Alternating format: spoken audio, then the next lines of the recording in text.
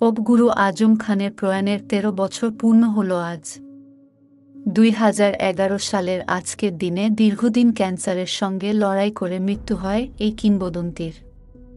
১৯৫০ সালের ২৮শে ফেব্রুয়ারি ঢাকার আজিমপুর সরকারি কলোনিতে জন্মগ্রহণ করেন আজম খান।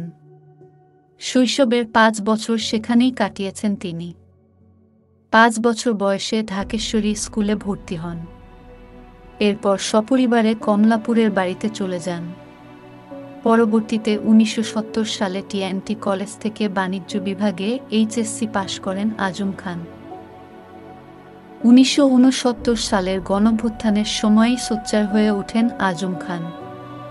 সে সময়ের ক্রান্তি শিল্পী গোষ্ঠীর সক্রিয় সদস্য হিসেবে পাকিস্তানি শাসক গোষ্ঠীর বিরুদ্ধে গণসংগীত প্রচারে অংশ নেন তিনি। দলটির সঙ্গে ঘুরে ঘুরে গানও করেছেন। বরাবরই দেশের মানুষের কল্যাণে গান গেয়ে গেছেন এই পপ গুরু। এরপর ১৯৭১ সালে পাক হানাদারের বিরুদ্ধে সরাসরি মুক্তিযুদ্ধে অংশ নেন আজম খান। কুমিল্লা ও ঢাকার আশেপাশে সেকশন কমান্ডার হিসেবে অনেকগুলো গেরিলা আক্রমণে অংশ নেন এই গায়ক। দেশ স্বাধীন হওয়ার পর উচ্চারণ নামে একটি ব্যান্ড দল গড়ে তোলেন আজম খান।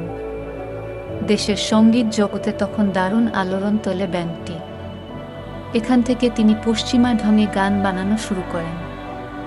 তবে তার গানগুলো ছিল সহজ কথা সুরে। কাগজকলমে কখনো গান লিখতেন না আজম খান। এমনকি নিজের এত গানের সংরক্ষণও তার কাছে ছিল না। মাথায় কোনো শব্দ এলে সেটাকেই বড় করে গানে রূপ দিতেন। এরপর সুর দিয়ে সেটাকে গাইতেন। জাদুকরী উপায়ে সেই অলিখিত কথাসুর ছড়িয়ে যেত দেশ জুড়ে, যা এখনো সমানভাবে আকৃষ্ট করে দর্শক শ্রোতাদের। ১৯৭২ সালে তার এত সুন্দর দুনিয়ায় কিছুই রবে না রে আর ৪ কালেমা সাক্ষী দেবে গান দুটি বিটিভিতে প্রচার হয়ে প্রশংসিত হয়।